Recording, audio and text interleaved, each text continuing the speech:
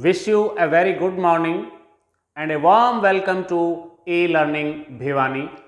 I am Surendra Kumar and I am present here with a new story, a wonderful story, Bholi, written by K. A. Abbas for the students of class 10. Class 10th के syllabus में एक story है जिसका नाम है भोली। बहुत ही सुंदर कहानी।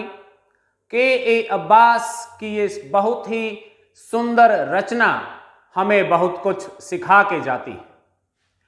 अगर हम इस स्टोरी को शुरू करने से पहले कुछ चीजों पर गौर करें, आपने अपने आसपास बहुत सारे दिव्यांग बच्चे देखे होंगे। आप बहुत सारे दिव्यांग और सक्सेसफुल पर्सन्स के बारे में भी जानते होंगे, जैसे स्टीफन हॉकिंग्स। ये नाम आपने अवश्य सुने होंगे, जिन्होंने अपने जीवन में बहुत बड़े बड़े कमाल किए हैं। एक दिव्यांग भी एक सामान्य व्यक्ति की भांति, बल्कि उससे कहीं अधिक बड़ा काम कर सकता है, बड़ी अचीवमेंट्स प्राप्त कर सकता है, if special care has been taken. अगर उसके लिए हम कोई उसकी केयर करें, उसको प्रॉपर एजुकेशन दें, उसे अपनी सोसाइटी में एक्सेप्ट करें और उसे मॉरली सपोर्ट करें। ठीक उसी प्रकार की कहानी लेकर के ए अब्बास यहां उपस्थित हैं, जिसका नाम है भोली। के ए Abbas, Khwaja Ahmad Abbas, who was born in 1914 and died in 1987। आपको ये जानकर बड़ी खुशी होगी, he is an Indian writer. उसने जो राइटिंग्स लिखी डिफरेंट लैंग्वेजेस में लिखी, हिंदी, इंग्लिश, उर्दू। और वो एक बहुत बड़े फिल्म डायरेक्टर रहे हैं, जिन्होंने राज कपूर की फिल्म्स में बहुत ज्यादा काम किया है, उनकी फिल्म्स को डायरेक्शन दी है। बहुत ही फेमस फिल्में इन्होंने लिखी हैं, इन्होंने उनको डायरेक्शन दी है। फॉर एग्जाम्पल आवारा, 7 हिंदुस्तानी, सिर्फ 420 आज जैसी बहुत सारी फिल्में जो इनके निर्देशन में बनी और सफल हुई, हिट हुई। ये एक स्क्रीन राइटर भी रहे हैं, जो स्क्रीन प्ले लिखते थे। ये बहुत ही बड़े नोवेलिस्ट भी रहे हैं और जर्नलिस्ट भी रहे हैं। और लिटरेचर के प्रति सोसाइटी को इतना बड़ा योगदान देने के लिए, इतना बड़ा कंट्रीब्यूशन देने के लिए इनको नेशनल फिल्म अवार्ड और पद्मश्री अवार्ड से भी सम्मानित किया जा चुका है। के ए अब्बास, जो पानीपत हरियाणा में पैदा हुए और मुंबई इंडिया में जिनकी डेथ हुई, उनकी ये सुंदर रचना जो आपके सिलेबस में है, एक शॉर्ट स्टोरी, और ये स्टोरी बहुत कुछ सिखा कर जाती है, बहुत अच्छी वैल्यूज बच्चों में इनकलकेट करती है। आइए हम बात करें इस स्टोरी की थीम की। अगर हम इस स्टोरी की थीम की चर्चा करें तो ये स्टोरी सोशल एविल्स के विरुद्ध एक कहानी है। ये सोशल एविल्स को हाईलाइट करती है और उनको इरेडिकेट करवाना चाहती है हमारी सोसाइटी से। किस टाइप की सोशल एविल्स? Dowry system. जिस समय ये कहानी लिखी गई थी, डाउरी सिस्टम अपने चरम पर था। जेंडर डिस्क्रिमिनेशन भी अपने चरम पर था। और ये स्टोरी इन सोशल एविल्स के अगेंस्ट हमारा ध्यान आकर्षित करना चाहती है। Neglecting CWSN, children with special needs, अर्थात दिव्यांग बच्चों को नेग्लेक्ट कर देना, चाहे वो सोसाइटल नेग्लेक्टिंग हो, नेग्लेक्टेड बाय सोसाइटी हो, या फिर पेरेंटल नेग्लेक्ट हो। किसी भी प्रकार का नेग्लेक्ट उन बच्चों को बर्बाद कर देता है। और अगर वो नेग्लेक्ट केयर, सपोर्ट और एजुकेशन में बदल जाए तो उन्हीं बच्चों को हीरो बना सकता है। उसी प्रकार की कहानी को लेकर के ए अब्बास चाहते हैं कि हम इंपॉर्टेंस ऑफ जेंडर इक्वलिटी को समझें। हम इस चीज को समझें कि जेंडर इक्विलिटी का क्या महत्व है, importance of education in our life, education का हमारे जीवन में क्या महत्व है, role of a teacher in a child's life, एक बच्चे के जीवन में एक बच्चे को रीशेप करने के लिए एक टीचर का क्या रोल होता है, इस रोल को भी इस स्टोरी से हाईलाइट किया गया है। Need of women empowerment, women empowerment is the need of the hour, has been highlighted through this story and how to overcome inferiority complex. अगर कोई बच्चा किसी अंग के क्षत विक्षत होने से या उसमें किसी प्रकार की दिव्यांगता होने से अगर उसमें इंफीरियरिटी कॉम्प्लेक्स आ जाता है, तो हम उससे उस बच्चे को कैसे बाहर निकालें, कैसे उबारें और कैसे उसे सेल्फ कॉन्फिडेंट बनाएं। This is all about this story, introduction of this story. बहुत ही सुंदर कहानी। आइए अब हम बात करते हैं इंट्रोडक्शन टू द स्टोरी भोली। This is the story of a little girl named भोली, एक छोटी सी लड़की की कहानी जिसका नाम भोली है, who was a slow learner and stammered child. She fell off the cot when she was just 10 months old and got some brain damage.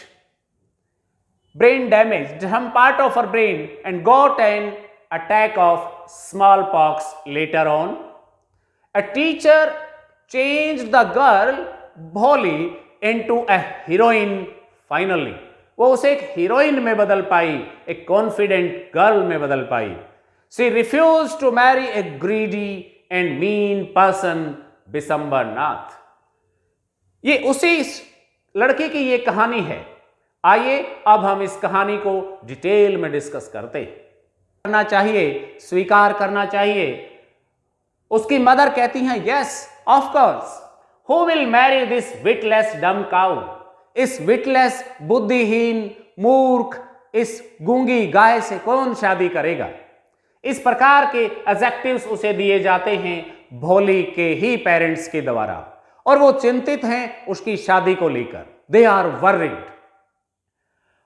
लेकिन रामलाल कहते हैं, but he is of my age, he is of 45 to 50 years old and a lame person. And he has grown up children too. He has already grown up children of Bholi's age. उसकी wife कहती हैं 45 और 50 is not a great age for a man to marry. ये कोई ज्यादा उम्र नहीं है। वैसे भी who will marry Bholi if we don't accept Bishambar's proposal? In this way, they accept Bishambar's marriage proposal for Bholi, and Bishambar arrives along with Bharat with pomp and show and grandeur. और भोली की जो sisters हैं राधा, मंगला, चंपा, they are envious of looking at the pomp and show and grandeur of their marriage. वो उसको देख करके उससे ईर्ष्या करती हैं, ईर्ष्या कर बैठती हैं। उनको लगता है कि तुम्हारी शादियों में इतना पॉम्प एंड शो या ग्रैंडोर तो नहीं था, तुम्हारे हस्बैंड्स तो इतने अमीर नहीं थे, और वो उससे एनवियस ऑफ हो जाती है।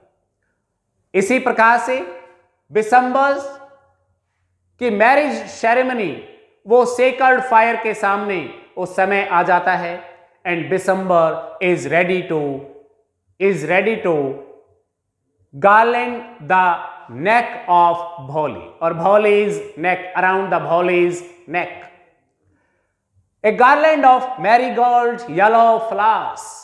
उन फ्लावर्स का एक गार्लैंड उसको पहनाने ही वाला है। as he garlands her, a lady fetches the wheel of Bholi, or Bholi's wheel, from the face of Bholi backward, and Bishambar's hands paused. उसके हाथ रुक जाते हैं। He sees the face of Bholi, full of deep pock marks and ugly look, having an ugly look. फिर भोली बिशंबर के हाथ वहीं रुक जाते हैं और वो उसे माला नहीं पहनाता है। इस प्रकार से वो बिशंबर से रामलाल से डिमांड करता है डौरी की, a dowry of ₹5,000। If you will not give this dowry to me, ₹5,000 to me, the baraat will go back और विल रिटर्न विदाउट मैरिज।